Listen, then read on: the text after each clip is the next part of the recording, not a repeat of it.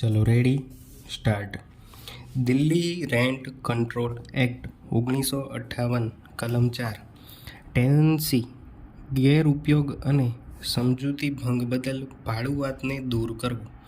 આની સામે ભાડુઆત પ્રાપ્ત રક્ષણ રેન્ટ કંટ્રોલર કબજો પરત લેવાનો ઓર્ડર ક્યારે કરી શકે? સરકારે અરજદારને એગ્રીમેન્ટ સાથે જમીન લીઝ પર આપી હતી. આ એગ્રીમેન્ટમાં એવી જોગવાઈ હતી કે વિધિવત લીઝ કરાર નહીં ત્યાં સુધી લીઝ ફોર્મેટમાં દર્શાવેલી શરતો અને સમજૂતીને આધીન રહેશે. કોઈપણ શરતનો ભંગ થાય તો કબજો પરત લેવાની એગ્રીમેન્ટમાં સ્પષ્ટ જોગવાઈ હતી. અરજદારે જમીનના આ પ્લોટ પર દુકાનો બનાવી એક દુકાન વેપારી હેતુસર પ્રતિવાદીને ભાડે આપી હતી. પ્રતિવાદી આ દુકાનનો ઓફિસ તરીકે ઉપયોગ કરતો હતો. પ્રતિવાદીઓ ગ્રાઉન્ડ ફ્લોરની દુકાનનો ઓફિસ તરીકે ઉપયોગ કરતા હોવાથી સરકારે લેન્ડ એન્ડ ડેવલપમેન્ટ ઓફિસ મારફતે શરત ભંગ બદલ અરજદારને નોટિસ ઇસ્યુ કરી હતી.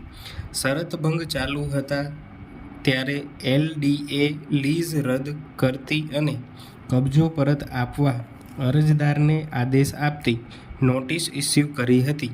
અરજદારની રેન્ટ એગ્રીમેન્ટ કાઉન્સમાં ભાડા ચિઠ્ઠી રદ કરવાની અને પ્રતિવાદીને દુકાનનો કબજો પરત સોંપી દેવાનો હુકમ કરતી નોટિસ મળ્યા બાદ કબજો પાછો નહીં મળતા અરજદારે એડિશનલ રેન્ટ કંટ્રોલર કાઉન્સમાં ARC કાઉન્સપુરો સમક્ષ એવિક્શન પિટિશન રજૂ કરી હતી. ત્યારબાદ અપીલમાં જતા ટ્રિબ્યુનલે કાર્યવાહી આગળ ધપાવવા અને ગેરઉપયોગ બદલ કલમ 14 કાઉન્સમાં 11 કાઉન્સપુરો અંતર્ગત થયેલું નુકસાન નક્કી કરવા ARCને હુકમ કર્યો હતો. હાઈકોર્ટે જોકે ભાડુઆતની અપીલ માન્ય રાખી ટ્રિબ્યુનલનો આદેશ રદ કર્યો હતો. ત્યારબાદ સર્વોચ્ચ અદાલતમાં કાયદેસરતાના મુદ્દો ઉઠાવવામાં આવ્યો હતો. ગેરઉપયોગ બદલ કલમ 14 કાઉન્સમાં 11 હેઠળ નુકસાન નક્કી કરવાની કાર્યવાહી નહીં કરવાનું ARCનું પગલું ન્યાયી હતું? અરજદાર અને સુપિરિયર લીઝર વચ્ચે વિધિવત લીઝ ડીડની ગેરહાજરીને ભાડુઆત કબજો પરત આપવાનો વિરોધ કરતી વખતે કારણ બનાવી શકે? સર્વોચ્ચ અદાલતે ચુકાદામાં જણાવ્યું કે વિધિવત લીઝ ડીડની ગેરહાજરીનો ભાડુઆત આધાર લઈ શકે નહીં.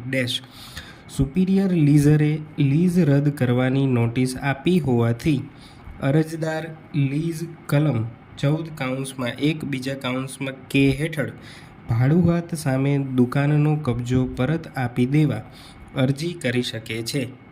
આમ ARCના હુકમ રદ કરવાનો અને ગેરઉપયોગ બદલ વળતર નક્કી કરવાનો તેને આદેશ આપી ટ્રિબ્યુનલે ઉચિત પગલું ભર્યું છે. હાઈકોર્ટે ટ્રિબ્યુનલનો હુકમ રદ કરવામાં ભૂલ કરી છે.